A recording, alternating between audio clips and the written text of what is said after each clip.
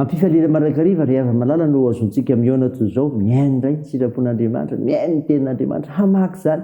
Ary indrindra koa ahafantarantsika ny sitrapony meny antsika amin'ity ity. Ho aminareo ny fahasoavana sy fifamindram-po ary ny fiadanana avy amin'Andriamanitra Ray sy Jesosy Kristy, Zanak'indray amin'ny fahamarinana sy ny fitiavana. Amen. Alakamisy 7 Jolay 2022 mbanjika lohevitra hoe olom-boantso ny mpino. Andeha ry havana idera sakalazan'Andriamanitra isika. Haleloia! Miderahan Jehovah fa tsara izy, fa mandrakizay famindrampony. Izy malasa ny asa lehibe ataon'i Jehovah, na mahatonina ny fiderana azy rehetra, sambara izay mitandrina ny mety ka manao ny marina mandrakariva. Jehovah, tsarovo aho araka mifankasitrahana ny oninao, vangio amin'ny famonjenao aho, hahitako ny soa azon'ny voafidinao, hifalioka amin'ny fifalian'ny firenenao, hiraviravoko miaraka amin'ny lovanao. Amen.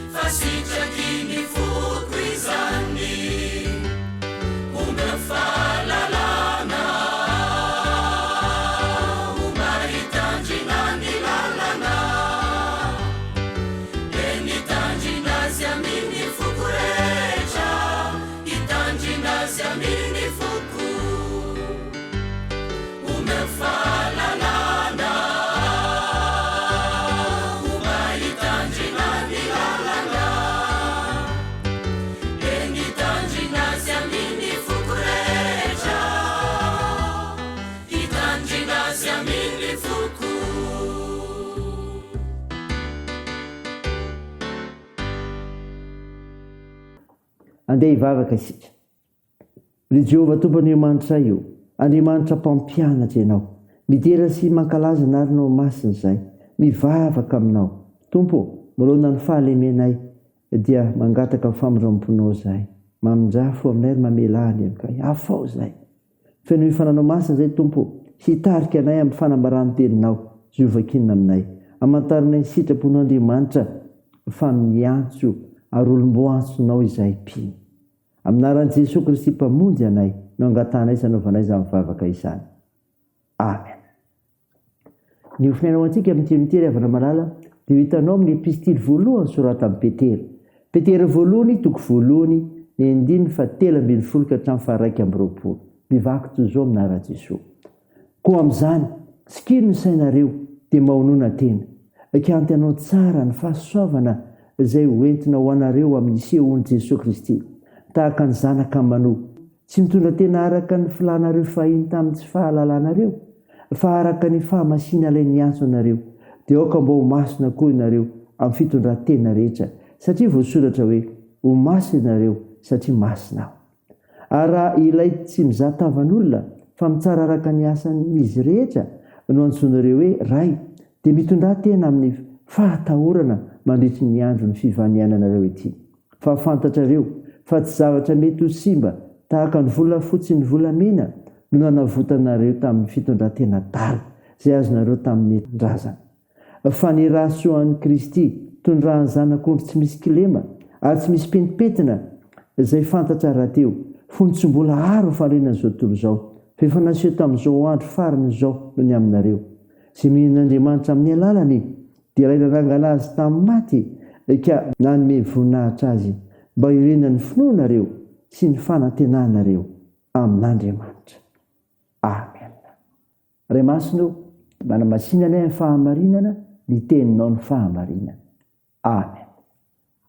Ry havana malala, ho aminao hatrany ny fiadanana amin'ilay Jesosy Kristy ilay mifidy anao. Mofinaina ny vakina tamintsika teo Petera voalohany toko voalohany, 9:1-20, taratasy soratan'i Petera, fampirisihana ny kristiana hitondratena mifanaraka amin'ny filazantsara. Zany ry havana, koa ny fitondratena ny olom-boantsy dia izao, tsy tahaka ny filana fahiny, tsy tahaka ny filana fahiny. Zany voalaza eto. Ambara mpanoratra amintsika amin'izao mofinaina izao ry havana, fa ny olom-boantso dia entanina mba tsy hitondratena tahaka ny filana fahiny. Inona moa zany? Ny fiheverina sy ny fanao izay manalavitra ny sitrapon'Andriamanitra mba amin'ny fiainana anjakan'ny Satana, tsy mba manaja izay masina mihevitra n'Andriamanitra ho tsy misy. Zany ry havana. Ny fitondratena ny olom-boantso mitafo ny fahamasina. Zany kosa mitafo ny fahamasina.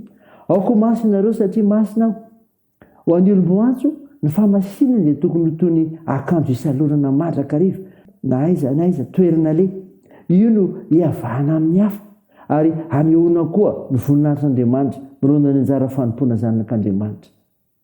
Zanak'Andriamanitra sika ka tokony anahaka ny toetrany toy ny zanaka manahaka ray aman-dreny.